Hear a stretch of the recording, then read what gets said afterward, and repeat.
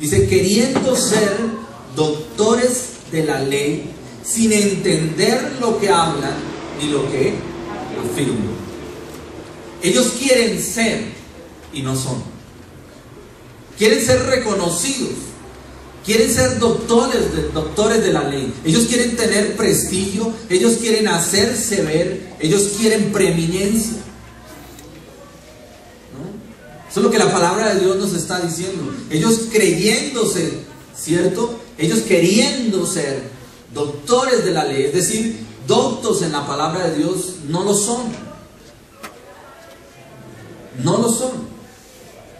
Simplemente manipulan, ¿no? Simplemente toman algo de la palabra de Dios y de ahí arman su propia doctrina, de ahí enseñan todo a conveniencia propia. Por eso es que nosotros estamos levantando la mano y diciendo, basta ya de ese evangelio de la prosperidad, de ese evangelio de que todo estará bien. ¿No? Anoche compartíamos un tema y decíamos, el plan de Dios, el propósito de Dios está por encima de tu bienestar y del mío. Esto es muy diferente, ¿no? Totalmente distinto. Entonces, ¿qué es lo que Dios realmente nos está enseñando? Que la motivación de los falsos profetas y falsos maestros está encaminada en un evangelio falso, en un interés particular, y Dios no tiene allí parte. Miremos cómo el mismo Señor Jesucristo contrarrestaba esto. Mateo capítulo 23. Vaya usted por favor conmigo.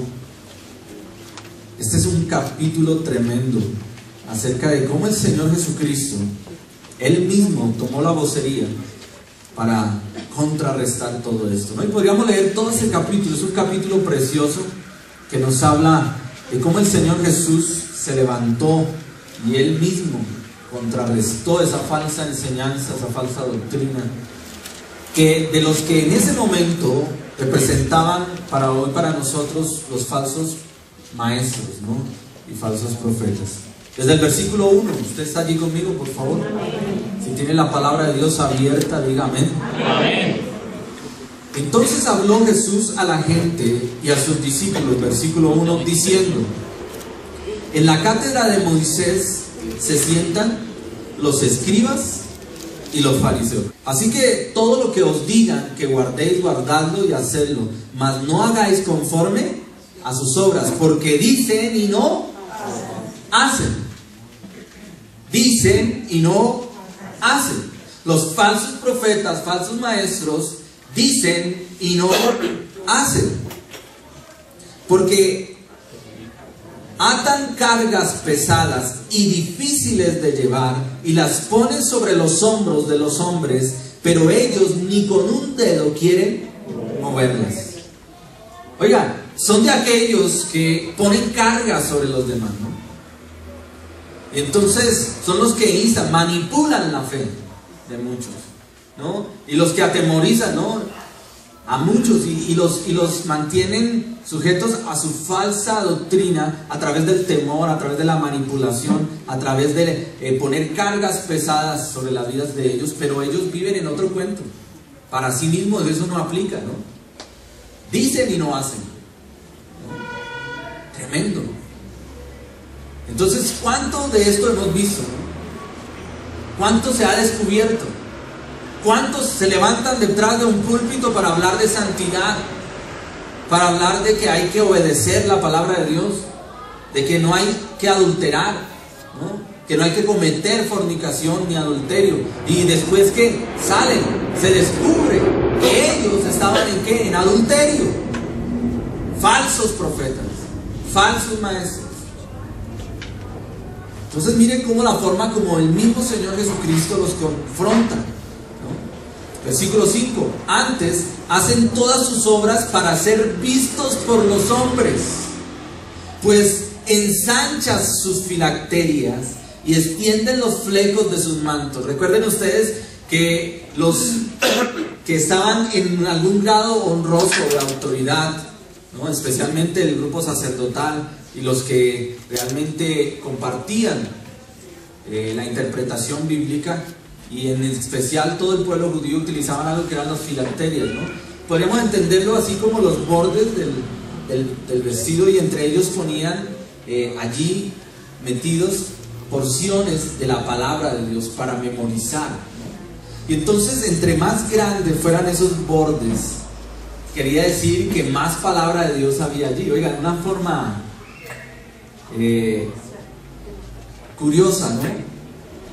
¿Quién estableció eso? Bueno, el mismo Dios estableció que debían llevarlas en sus frentes, que debían llevarlas el sacerdote en el pectoral, decía santo, dedicado, apartado para Dios, ¿no? La palabra de Dios se llevaba consigo a todo lado, a todo lugar. Entonces estos falsos profetas y maestros dan a entender, dan la impresión de que son supremamente ¿qué? Piadosos y doctos, ¿no? Pero realmente que no lo son. ¿Quién pesa los corazones? Dios mismo. Y dice, y aman los primeros asientos en las cenas y las primeras sillas en las sinagogas. No se sienta aludido si usted está aquí al frente, ¿no? O sea, ¿hay alguna disposición particular del por qué nos sentamos al frente? A lo que está refiriéndose la palabra de Dios es esa necesidad de ser reconocidos, ¿no?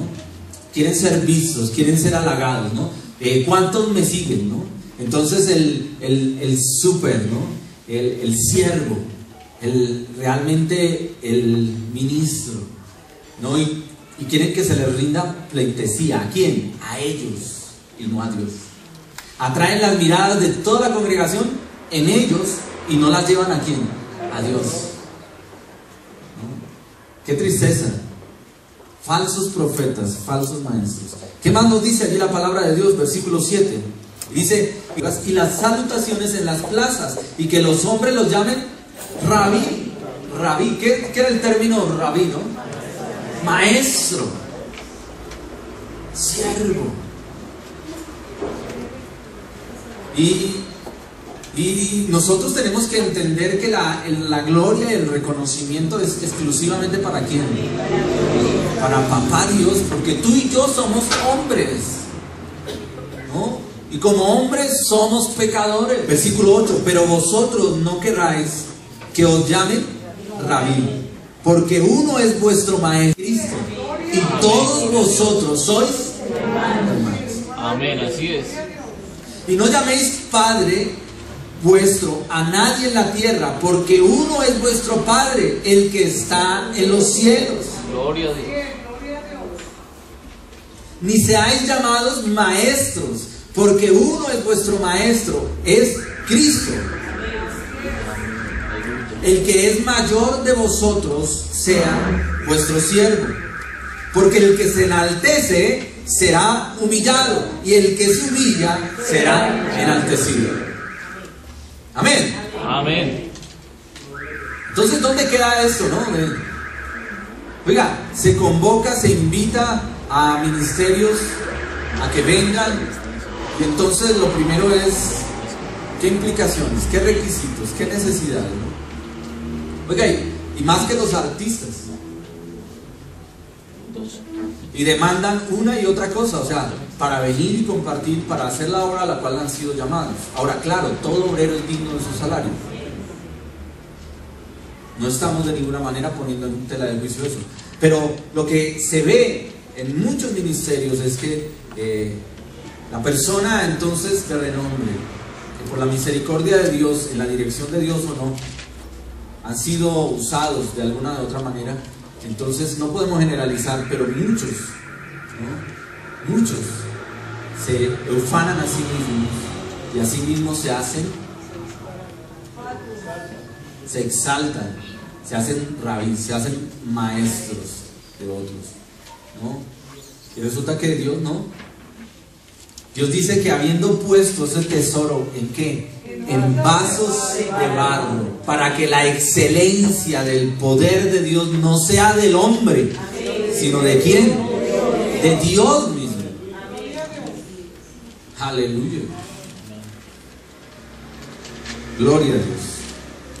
Sigamos allí. Estoy leyendo la palabra.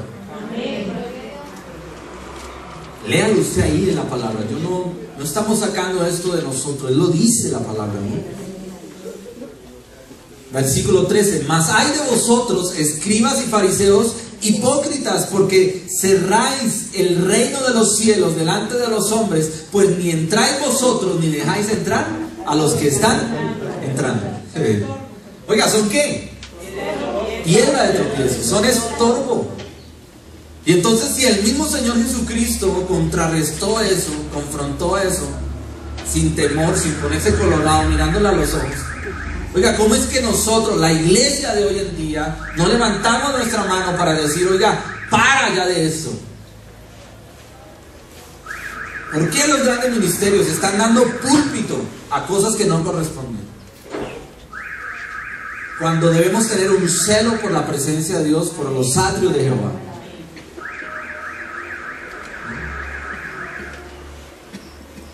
Versículo 14: hay de vosotros, escribas y fariseos, hipócritas, porque devoráis las casas de las viudas, y como pretexto hacéis largas oraciones, por esto recibiréis mayor condenación.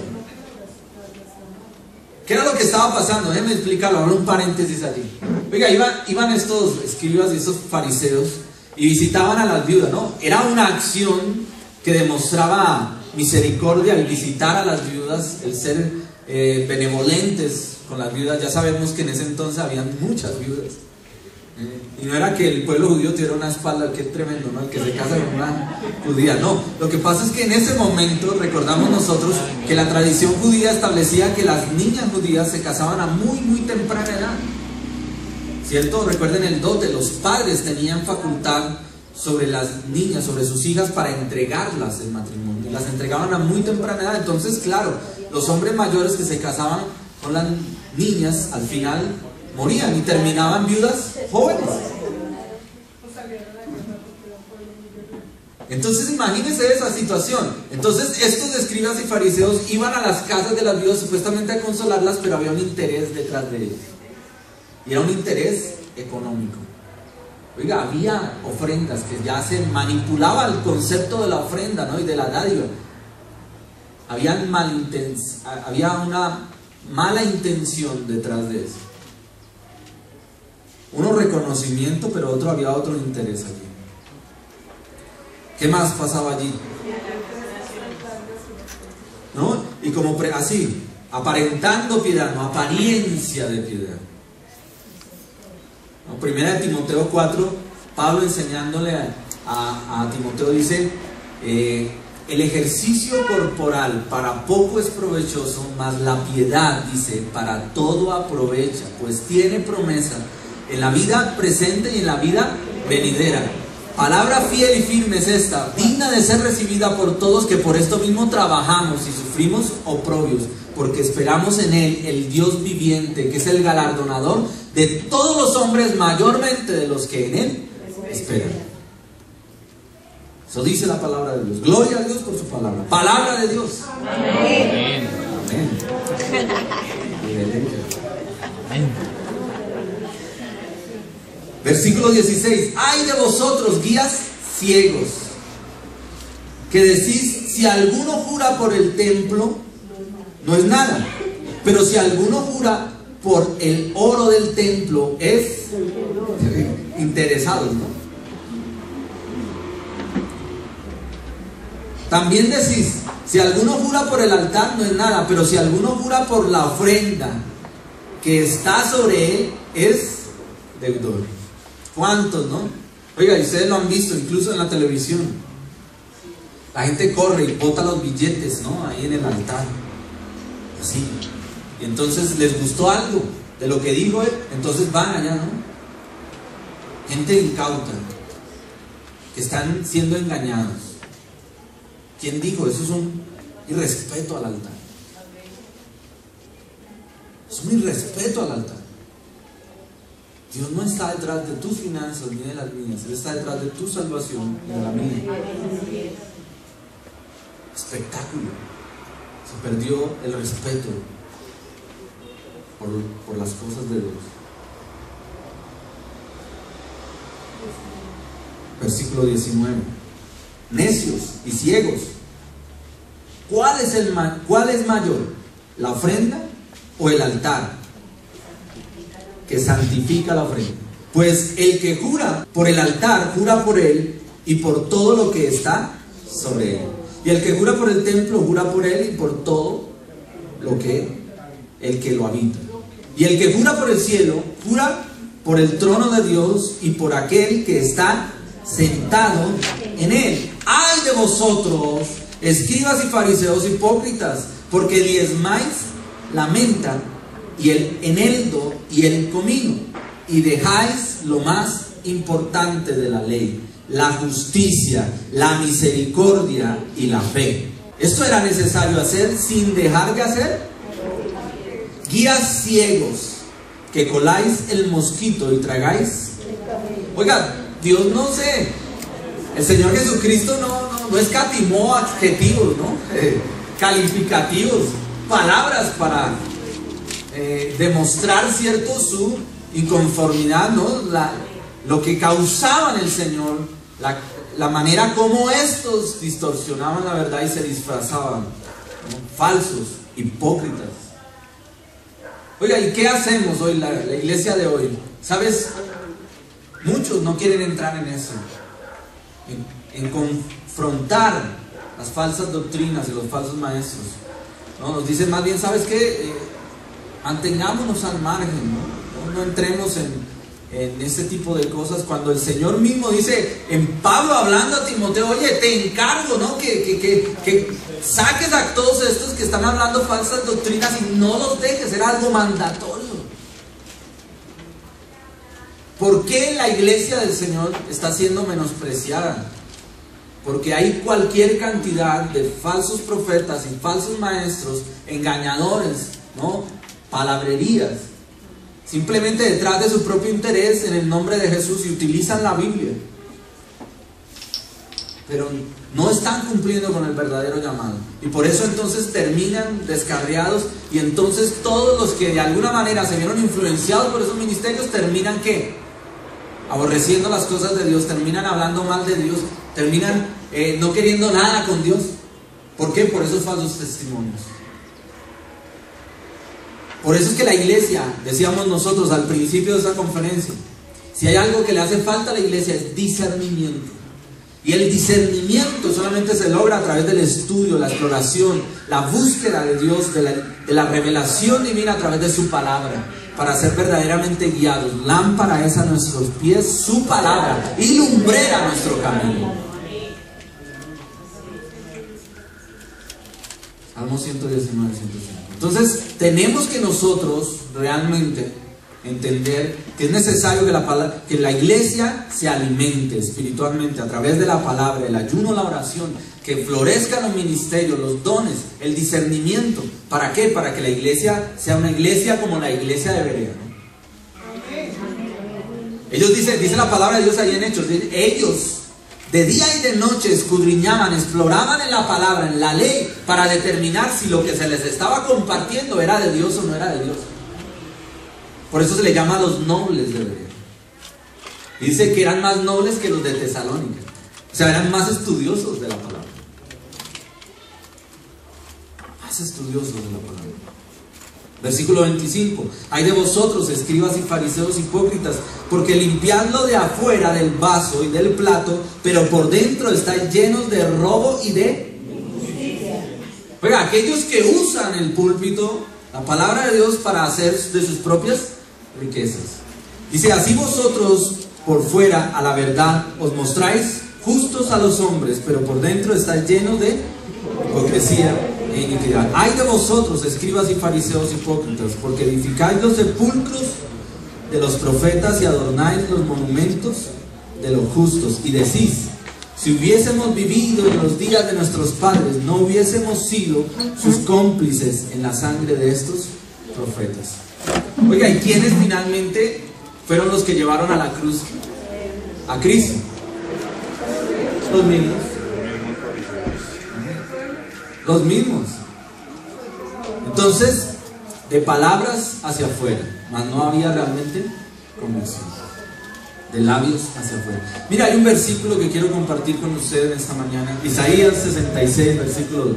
mi mano hizo todas estas cosas, y así todas estas cosas fueron, dice Jehová.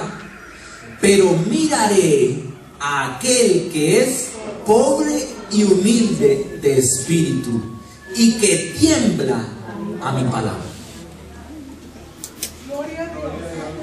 Aleluya. Ese versículo para mí ha sido vida.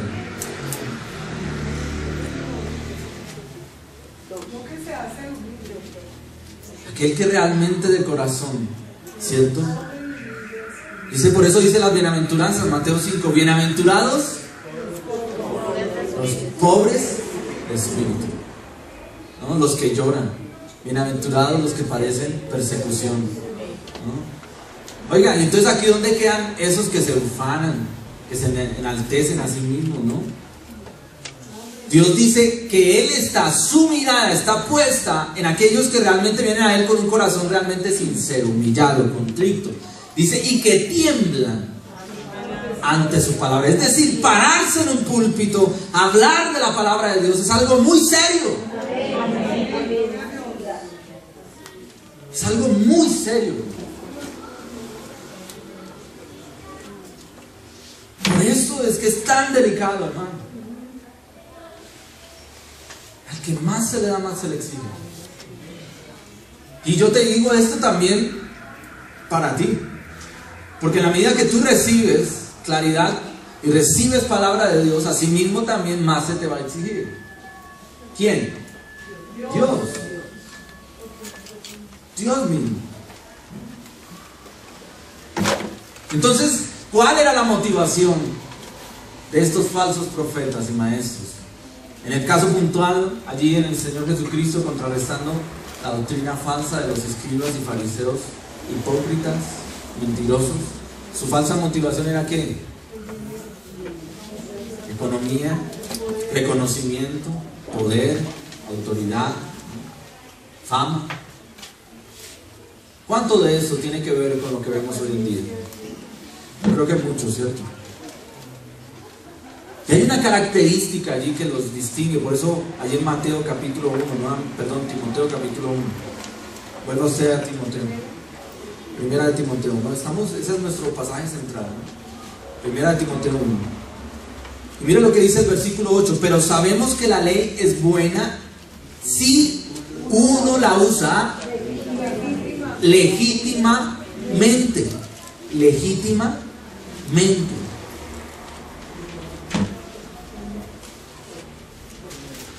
¿Qué significa eso? La palabra de Dios, Dios nos la dio, la revelación de Dios a los hombres.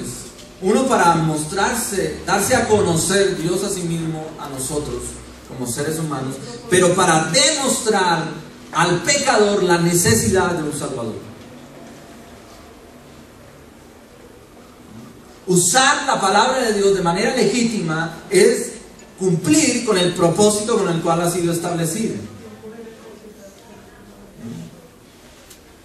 Coger la palabra de Dios, discernirla, compartirla, enseñarla, dar instrucción a través de ella de manera correcta, ajustados, alineados a lo que dice la palabra de Dios. Entonces, hemos aprendido varios elementos. El primero de ellos, cómo distinguir a los falsos profetas y falsos maestros. Uno, por su error. Dos, por el objetivo. ¿Qué hay detrás de su trabajo, de su obra? Tres, su motivación. Y cuarto, los resultados o el efecto de su obra. Por eso, allí en los versículos 9 al 10, estamos en Primera de Timoteo, ¿no? Capítulo 1.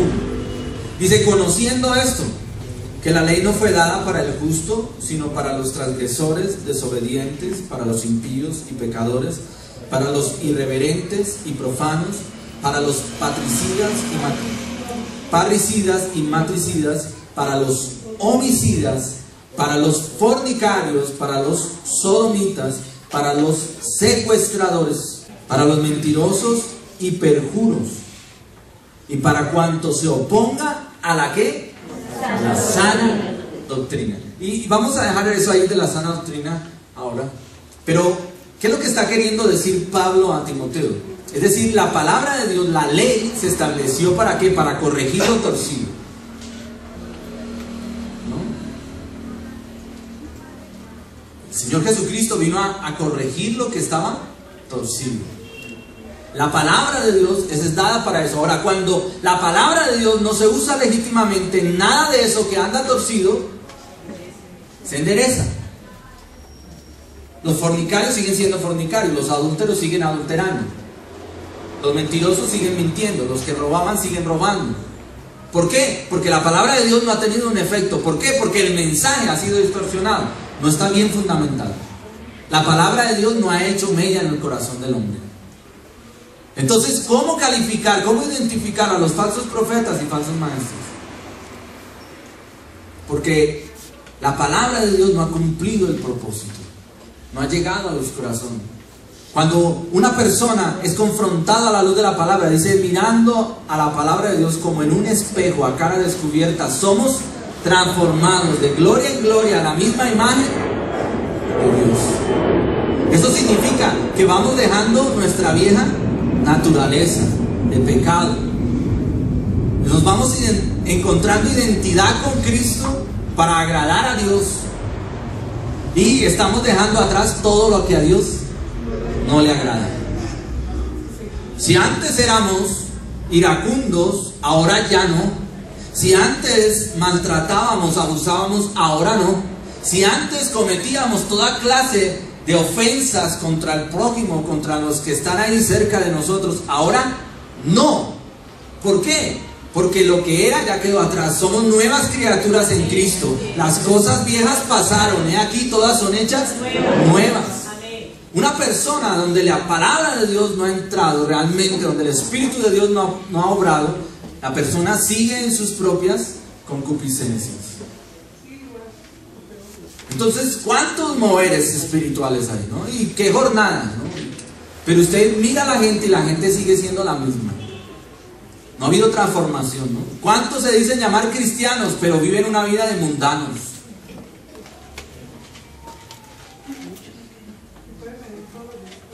¿No?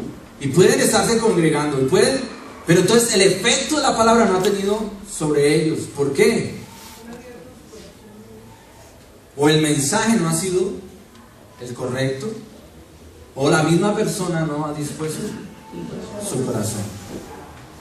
Ahora, ¿por qué las personas no vuelven a Dios en arrepentimiento? Porque no se habla de arrepentimiento, no se habla de pecado, no se habla de que estamos en enemistad con el Padre si no venimos a Jesucristo, si nos humillamos, si nos arrepentimos, si dejamos atrás el pecado y venimos a Cristo para vivir en santidad. Como de eso no se habla en las iglesias, pues la gente no sabe de eso.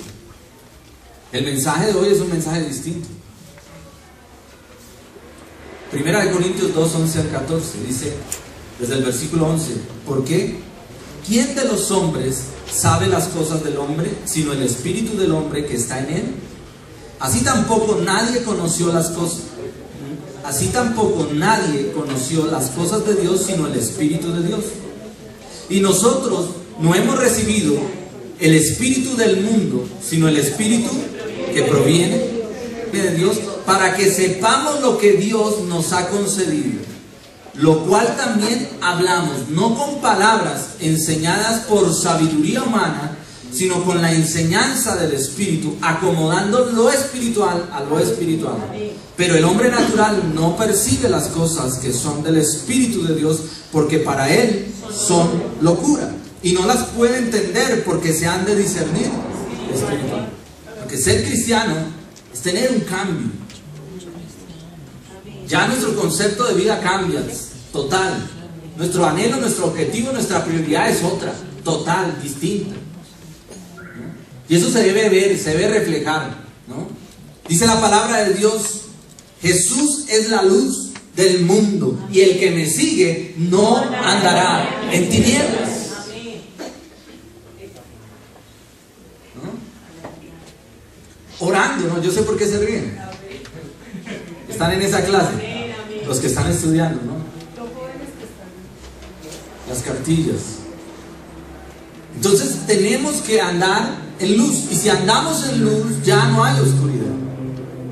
Y tenemos que orar como oraba allí el salmista, el proverbista: Señor, alumbra sobre mis tinieblas. Reconocemos que todos nosotros hay debilidad, pero nosotros debemos estar con un compromiso real frente a Dios de ir, ¿qué? Avanzando. Por eso Pablo lo decía: prosigo a la meta. No que lo haya alcanzado ya, prosigo a la meta, al premio del supremo llamamiento en Cristo Jesús, de Dios Padre en Cristo Jesús. Entonces es un llamado a conservar, a cuidar la sana doctrina. Por eso 2 Timoteo 4:3 lo leíamos, ¿no? Porque vendrá tiempo cuando no sufrirán la sana doctrina, sino que teniendo comezón de oír se amontonarán maestros conforme a sus propias concupiscencias. Y entonces decíamos, ojo con eso, ¿no? Que llegó el profeta, que llegó el siervo, que llegó, y todo el mundo corre allá, ¿no? Detrás de las señales, detrás de los milagros. Cuidado. ¿Qué es lo que te mueve a venir a la iglesia? ¿Detrás de qué? ¿Qué buscas? ¿A quién buscas? Yo sé que esto no vende. Yo sé que esto no gusta. Yo sé que esto no agrada. Pero sabes, Dios nos ha llamado a predicar un evangelio correcto. Y precisamente en función de eso es el último punto de esta conferencia. Por eso allí el versículo 10 dice, versículo 11, según el glorioso evangelio del Dios bendito que a mí me ha sido encomendado. Pablo está comprometido con un evangelio, el evangelio que le ha sido encomendado, el cual es glorioso en Dios por Jesucristo. Los que predicamos la palabra tenemos una responsabilidad gigantesca, grande. La palabra allí en el original, encomendado, se usaba cuando se refería a algo que se confía en alguien de un valor incalculable, para que lo cuide, para que lo guarde, ¿no? Eso es el evangelio para los que lo compartimos. Es algo de un valor incalculable. ¿Sabes? El verdadero evangelio, como lo dice aquí la palabra de Dios, el glorioso evangelio, ¿cierto? Tiene 3 elementos fundamentales respecto de los atributos de Dios, que debe reflejar un verdadero evangelio. Y lo vamos mirando en contraste con lo que predican los falsos profetas y falsos maestros. El verdadero evangelio refleja el atributo de la santidad, el aborrecimiento por el pecado. Segundo, el verdadero evangelio refleja la justicia de Dios. Y tercero, el verdadero evangelio refleja la gracia de Dios, que es el perdón del pecador. Entonces, un verdadero evangelio habla de santidad, habla de justicia, que merecemos ¿qué? La justa retribución por nuestra falta. Por cuanto todos somos pecadores, estamos destituidos de la gloria de Dios. ¿No? Romanos. Y 5:8 dice, pero Jesucristo es la solución. Mas Dios muestra su amor para con vosotros, en que siendo aún pecadores, Cristo murió por nosotros. El verdadero evangelio habla de santidad, llama a la santidad, confronta al pecado, pero asimismo muestra la salvación. Ahora, ¿de dónde salió eso? Yo quiero que usted vaya allí rápidamente, porque si tocamos este tema a fondo, podríamos establecer otra conferencia. Pero quiero que usted se lleve hoy claro en su mente y en su corazón, cuáles son los elementos de un verdadero evangelio. Romanos 1 es una herramienta fabulosa. Pablo, siervo de Jesucristo, llamado a ser apóstol, apartado para el evangelio de Dios. Primero, el evangelio es ¿de quién? ¿En dónde se originó el mensaje del evangelio? En Dios. Dios mismo estableció el evangelio. Dios mismo ideó el evangelio. Él lo construyó, Él lo formó, salió de su corazón. Él, Dios, es el origen del evangelio. Al nosotros aceptar el mensaje del Evangelio, nos volvemos siervos ¿de quién? Es decir, que el Evangelio que fue creado por Dios nos debe llevar ¿a quién? Pablo utiliza aquí una palabra, doblos, que significa siervos, pero en el original es esclavos. Somos llamados a ser ¿qué? Esclavos de Jesucristo. Oiga, el verdadero Evangelio nos invita a ser ¿qué? Esclavos de Jesucristo. Lo que pasa es que muchos no lo dicen así, ¿no? Y lo decíamos hace unos días atrás. Eso asusta. Y decíamos, qué tremendo reto el que tuvieron los primeros evangelistas, ¿no? Compartir e invitar a un mundo que vivía en esclavitud, que aborrecía la esclavitud, y decirle, ahora tienes que ser esclavo, pero ahora esclavo de Jesucristo. Ese mensaje no vendía. La persona que llegaba allí era porque llegaba realmente confrontada, porque había habido un verdadero arrepentimiento, porque la revelación de Dios por medio de su palabra había llegado realmente a su vida. De lo contrario, no gustaba. Y hoy se venden muchas cosas, ¿no? Y se dice, no, ven, ven. Oye, ¿sabes? Ven, Dios te va a ayudar, Dios te va a arreglar todos tus problemas. Y Dios lo que te dice es, ven, ven a mí, sígueme, ¿no? Toma tu cruz y sígueme. Sé siervo, sé esclavo de Jesucristo, sométete a Cristo. Primero Él, segundo Él, tercero Él, ¿no? No, tampoco. Dios primero, ¿cierto? Dios primero, siempre. Claro, Dios se preocupa de nosotros. Buscad primeramente el reino de Dios y su justicia, y todas estas cosas vendrán por añadidura. ¿Qué es todo eso? Todo. Pero buscamos a Dios primero, ¿por qué? Porque le reconocemos que Él es Dios, que Él es soberano. Porque lo amamos. Entonces aquí Romanos nos está diciendo, el Evangelio es de Dios. Y el someternos al Evangelio nos hace ¿qué? Esclavos, siervos de Jesucristo. Eso es una característica esencial. El verdadero Evangelio nos lleva ¿a quién? A Cristo. A Cristo. Segundo, dice el versículo 2, el que había prometido antes por sus profetas en las santas Escrituras. ¿Dónde se sustenta el Evangelio? En la palabra de Dios. La palabra de Dios. Un verdadero evangelista no tiene otro tema, la palabra de Dios.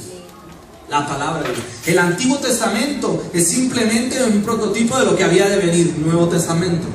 Entonces un verdadero evangelio se sustenta en la palabra. No puedo profundizar en esto, hay muchos versículos que nos podría aportar para sustentar esto. No tengo el tiempo. Tercero, versículo 3. Dice, acerca, las Santas Escrituras, acerca de su Hijo, nuestro Señor Jesucristo, que era del linaje de David según la carne. El verdadero evangelio centra su mensaje en Jesucristo. No solamente que nos acerca a Jesucristo, nos lleva a Cristo, sino que el mensaje es Cristo. Así es, gloria a Dios. El verdadero evangelio, el mensaje es Cristo. Por eso decimos, somos cristocéntricos. Nuestro mensaje no es otro, sino Jesucristo, su obra, ¿no? Gloria a Dios. Por eso es que Marcos, si usted mira allí en Marcos capítulo 1, dice el evangelio de Jesucristo. Normaliza allí el evangelio. Dice el evangelio de Jesucristo. Marcos 1:1. Léalo usted allí en su Biblia. Es el evangelio, pero es el evangelio ¿de quién? De Jesucristo. No hay otro evangelio. Oiga, de una manera tremenda, ¿cómo lo resume Pablo escribiendo a la iglesia de Corinto? Primera de Corintios 15, ese sí quiero que lo leamos allí. Primera de Corintios 15, 1 al 4 dice, además, os declaro, hermanos, el evangelio que os he predicado. ¿Cuál evangelio? Entonces, míralo bien. Dice, el cual también recibisteis, en el cual también perseveráis. Dice, por el cual asimismo, si retenéis la palabra que os he predicado, sois salvos. Si no creísteis en vano. O sea, si la guardamos, si retenemos ese evangelio, nos lleva ¿a qué? A salvación. De lo contrario, es vano. ¿Creíste? En vano. Ahora, ¿cuál es el evangelio? Vuelvo y pregunto.